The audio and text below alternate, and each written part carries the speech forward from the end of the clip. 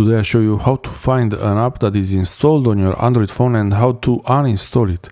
So you have your apps list, the app drawer. You can make a search for apps, for example, Snapseed and Snapchat. And if I want to remove Snapchat, I long press on it and then app info.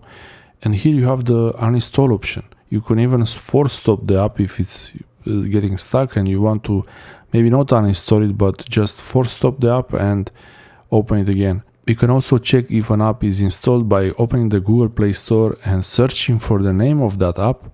And here you have the option to open it, which means it's installed. But if you press on the app itself, you can use the uninstall option. That's another way to do it. The easiest way to do it is once you have the app, you find it, you know where it is, you long press on it and drag it to remove it from the home screen only. But if you press on uninstall, it will remove it from the phone completely. You can even choose to keep the data if you plan to reinstall the app later. But if you don't want to reinstall the app, you can delete the files just to have more free space on your Android phone. Thanks for watching. I hope this helps you.